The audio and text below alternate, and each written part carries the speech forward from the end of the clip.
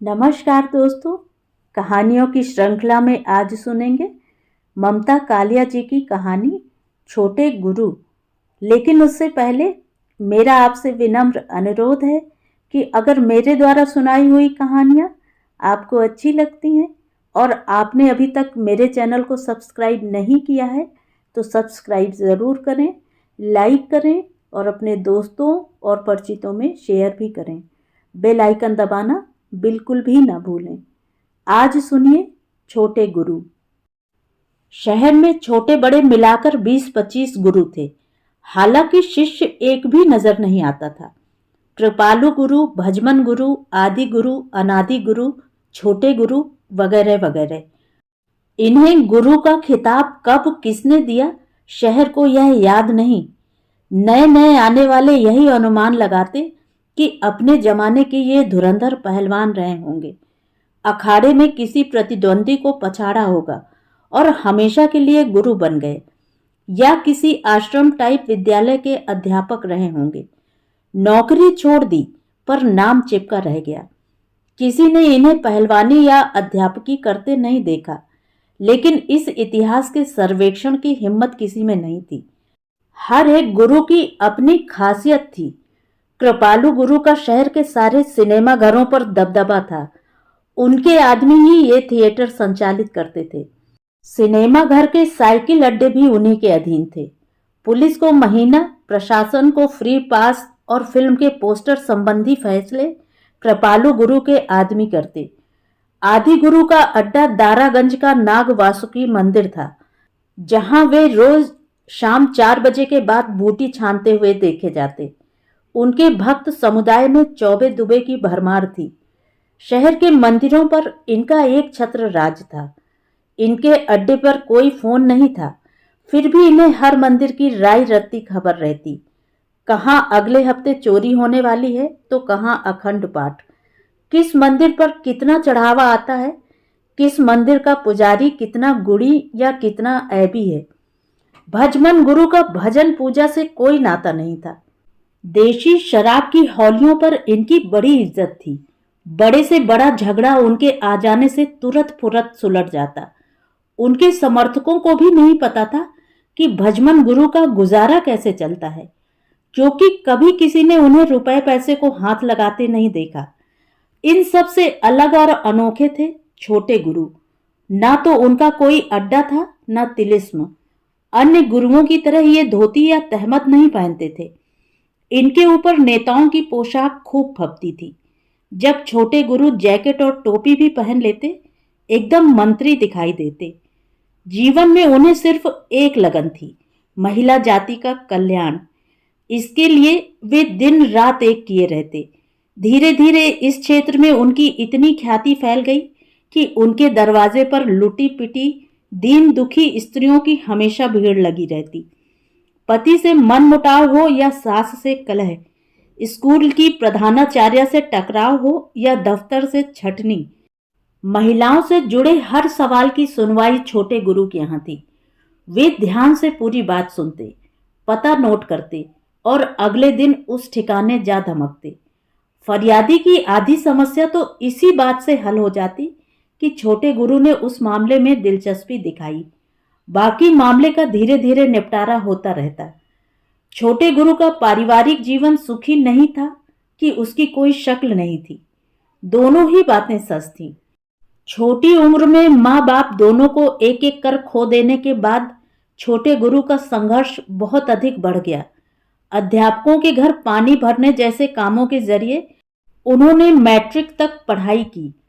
कई तरह के कामों में असफल होने के बाद उनका मन नौकरी और व्यापार दोनों से उचट गया और उन्होंने अपना सारा वक्त समाज सेवा को देने का निश्चय कर लिया। अनवरत सेवा का नतीजा यह हुआ कि इसी कार्य से उनकी 2 वक्त की रोटी निकलने लगी। परिस्थितियों ने उन्हें सर्वहारा वैसे ही बना रखा था। उन्होंने थोड़े को बहुत समझा। उनकी जिंदगी अच्छी खासी चलती रहती अगर पिछले दिनों उन्होंने एक दुखी महिला से हमदर्दी का इजहार न किया होता। रेखा गुप्ता नाम की इस महिला का दर्द यह था कि सन 1980 में इसका विवाह मेरठ निवासी शिव कुमार गुप्ता से हुआ। जो कनाडा के एक स्कूल सेंट माइकल में शिक्षक था।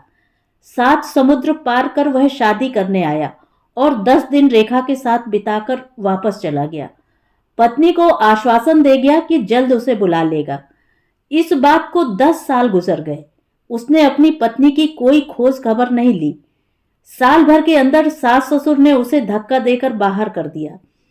अन्याय और अपमान के दोहरे आक्रमण से रेखा वास्तव में रेखा जैसी क्षीण और व्यक्तित्वहीन हो चली। इतने वर्ष उसने अपने माता पिता के साथ काट लिए, किंतु अब वह एक स्थायी नौकरी चाहती थी जिसके सहारे शेष जीवन कट सके। वह छोटे गुरु के यहाँ 1 दिन गई, 2 दिन गई और फिर अक्सर जाने लगी। ऐसी ही एक अंधियारी शाम जब वह आई, पानी मूसलाधार बरस रहा था। रेखा के पास छाता भी नहीं था। छोटे गुरु ने डांटा, घर से निकलते बखत बादल नहीं दिखा था। रेखा ने परेशानी से आसमान की तरफ देखा और सांस खींची। जौन मनई के भगवान भी खिलाफ हो जाएं, उसके लिए क्या आंधी और क्या पानी। वह वहीं बरामदे में पड़े तख्त पर एक किनारे बैठ गई। छोटे गुरु कुछ देर असमंजस में दरवाजे बीच खड़े रहे। फिर उन्होंने कहा, जैसे ही पानी धीमा हो चली जाना। अंदर आकर उन्होंने किवाड़ बंद कर लिए। छोटे गुरु स्वपाकी थे। इस वक्त वे अपने हाथ से अपने लिए भोजन बनाते थे। कभी काम ज्यादा होता तो वे भोजन के बाद रात ही में अर्जियां बांच लेते। कई बार अर्जियों का काम सवेरे अखबार पढ़ने के बाद करते। छोटे गुरु ने धीमे धीमे सब काम निपटाए, लेकिन जब उन्होंने सोचा लाओ अर्जियां भी देख डालें, यकायक बिजली चली गई। घर में घुप अंधेरा और लालटेन में तेल नदारद। छोटे गुरु ने माचिस और पैसे कुर्ते की जेब में डाले और बुझी लालटेन हाथ में थामे बाहर निकले कि बगल की दुकान से उसमें तेल भरवा लें। बारिश अब तक बंद हो चुकी थी, लेकिन गली से अभी पानी नहीं उतरा था। छोटे गुरु ने बगल की दुकान वाले सैफी को आवाज दी, सैफी भाई जरा लालटेन भर दो आकर। जलती लालटेन लेकर जब वे मुड़े तो यकायक चौंक गए। सैफी, जो अपना तेल वाला पौवा संभाल कर ले जाने वाला था, 1 मिनट को ठिठक गया। तख्त पर रेखा सिमटी सिकुड़ी सोई पड़ी थी। हड़बड़ाकर छोटे गुरु ने आवाज दी, अरे क्या नाम है तुम्हारा? उठो और अपने घर जाओ, बरखा थम गई है। फिर वे सैफी से बोले, कोई अर्जी देने आई थी, यहीं औंघाई लग गई। रेखा हड़बड़ाकर उठ बैठी और बैठते ही खड़ी हो गई। क्या वजह है? उसने पूछा। छोटे गुरु अंदर गए घड़ी देखने। 9:45 बजे थे। उन्होंने बरामदे में आकर बताया, आज तो अम्मा हमें मार डालेगी, अब हम घर कैसे जाएं? रेखा ने कांपती आवाज में कहा, तो हम क्या करें? देख के औंघियाना चाहिए, ये नहीं कि जहां मर्जी पसर गए। छोटे गुरु ने डांटा। रेखा के शरीर से पसीने की नमकीन गंध छोटे गुरु तक आ रही थी।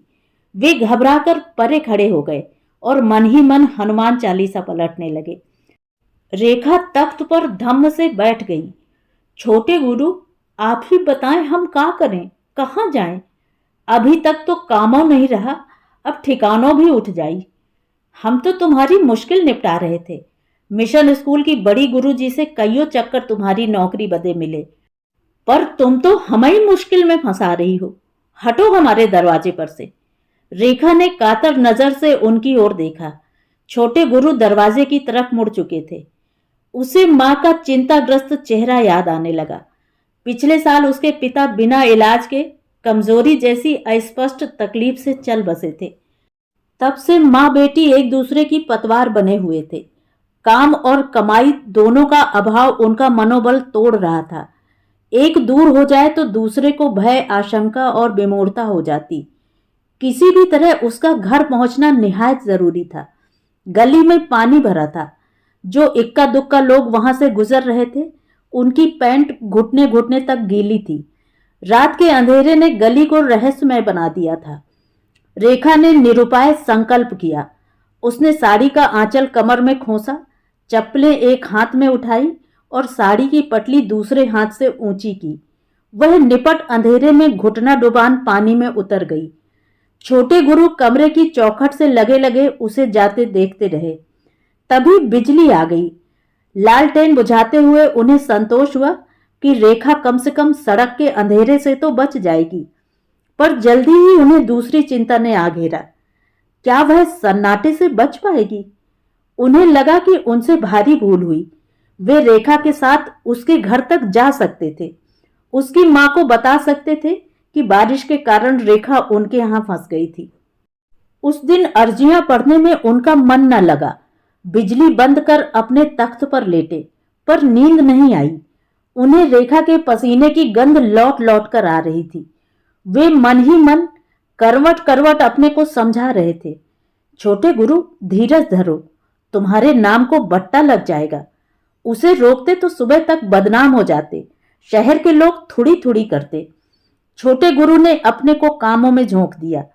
एक दिन यकाएक मिशन स्कूल की बड़ी बहन जी ने उनसे कहा, छोटे गुरु, कोई अच्छी सी टीचर बताइए जो टिककर 8 घंटे पढ़ाई करवाए। आजकल की लड़कियां नौकरी लपकने के लिए तो बड़े हाथ पैर मारती हैं, मिल जाने पर इनकी लियाकत को लकवा मार जाता है। छोटे गुरु को यकाएक रेखा गुप्ता का ध्यान आया। वे उसी शाम हमाम गली में 198 नंबर मकान ढूंढते हुए पहुंचे। उनके एकाकी जीवन में विवाह का योग शायद ऐसे ही लिखा था। रेखा गुप्ता की मां ने उन्हें एकदम से घेर लिया। उनके उद्गारों से छोटे गुरु को पता चला कि उस रात रेखा का देर से आना मोहल्ले में अभी तक टीका टिप्पणी का विषय बना हुआ है। छोटे गुरु के सच्चे चरित्र पर मां को संदेह नहीं, पर धर्म की बात है। जिसके कारण रेखा की बदनामी हो रही है, वही उसे ब्याह ले जाए। पहली शादी की छूटम छूट हो चुकी है। अपनी ब्याहता से फिर छोटे गुरु नौकरी करवाएं या चाकरी, वे जाने, उनका काम जाने। छोटे गुरु ने लाख दलील रखी, रेखा की मां सब काटती गई। रेखा ऊपर के कमरे में थी। उसे नीचे बुलाकर समझा दिया गया कि छोटे गुरु नौकरी का ठिकाना लेकर आए हैं, इनकी खातिरदारी करो। उस रात छोटे गुरु ने कई साल बाद औरत के हाथ की सिकी रोटी का स्वाद पाया। घर को लौटे तो लगा तबीयत पर नशा छा रहा है। मिशन स्कूल में रेखा गुप्ता को नौकरी मिल गई। अब तक मां से उसे भनक मिल चुकी थी कि मां ने छोटे गुरु से उसके पुनर्विवाह की बात चलाई थी। उसे अचरज हुआ कि मां ने विपत्ति में से विकल्प की राह ढूंढ निकाली। प्रस्ताव विचित्र था, पर विसंगत नहीं। इसमें सबसे बड़ा आश्वासन सुरक्षा का था। रेखा के जीवन में 20 साल बाद वसंत बहार आई। हालांकि बहुत कुछ बदला नहीं जा सकता था, कोशिश की जा सकती थी। जैसे दुख, निराशा और चिंता में कनपटी पर बाल सफेद हो गए थे, उन पर सिर्फ मेहंदी लगाई जा सकती थी, उन्हें वापस काला नहीं किया जा सकता था। रात बिरात रोते रहने से आंखों के नीचे गड्ढे पड़ गए थे, उन्हें कुछ देर के लिए पाउडर से ढका जा सकता था। इस सब से ऊपर एक और चेतना थी। इतनी आकस्मिकता से मिले सुख सुहाग ने उसे सुरक्षा के साथ नए असुरक्षा भाव से भी भर दिया। छोटे गुरु हमेशा की तरह अब भी सारा दिन समस्याग्रस्त स्त्रियों से घिरे रहते। इस क्रम में कोई व्यतिक्रम नहीं आया था। रेखा ने कई बार स्त्रियों को उनके सम्मुख रोते सिसकते भी देखा। 11 से 5 बजे शाम तक छोटे गुरु कार्य क्षेत्र में रहते। रेखा स्कूल से 4 बजे घर आ जाती। वह महिलाओं की अर्जियां लेने के बहाने उनसे गुपचुप वार्ता करती। वैसे तुम कागज दे जाओ, पर छोटे गुरु ने यह काम बंद कर दिया है। दरअसल है तो यह नेक काम, पर इसमें बदनामी बहुत है। दुखी स्त्रियां अफसोस से कहती, ऐसी तो कोई बदनामी की बात नहीं है। और फिर अब छोटे गुरु गृहस्थी वाले भी हो गए हैं। रेखा कहती, वे कहते हैं बहुत कर लिया मैंने स्त्री विमर्श, अब कोई कायदे का काम करूंगा जो फायदे का भी हो। महिलाएं जितनी दुखी आती, उससे कहीं ज्यादा दुखी होकर लौट जाती। वे आपस में कहती, जब छोटे गुरु का इस काम से जी भर गया तो क्या किया जाए। छोटे गुरु को कानों कान खबर नहीं हुई और उनकी फाइल में अर्जियां आनी कम होती गईं। फिलहाल छोटे गुरु बेरोजगार हैं। तो ये थी कहानी। कहानी आपको कैसी लगी? कमेंट करके ज़रूर बताएं।